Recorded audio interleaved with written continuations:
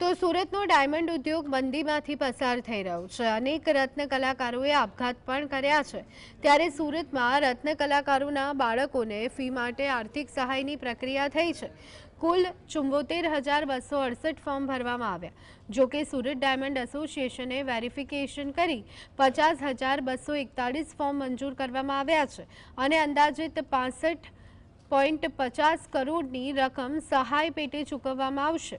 ભરાયેલા કુલ ફોર્મમાંથી 26,600 form reject कराया છે, જેમાં એક જ વ્યક્તિના 2 ફોર્મ ભરાયા હોય, ક્રાઇટેરિયામાં ન આવતા હોય અને અધૂરું ફોર્મ હોય તેવા ફોર્મ પણ રદ કરાયા છે। 2 મહિના સ્ક્રુટિનીના અંતે સહાય કરવામાં આવશે।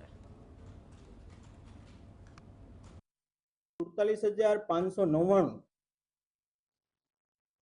જેટલા અસરગ્રસ્ત રત્ન કલાકારોના 50,241 બાળકોની સ્કૂલ ફી સરકાર ભોગવશે અને એમની અંદાજિત સ્કૂલ ફીની રકમ જે છે એ 65 કરોડ 50 લાખ જેટલી થાય છે।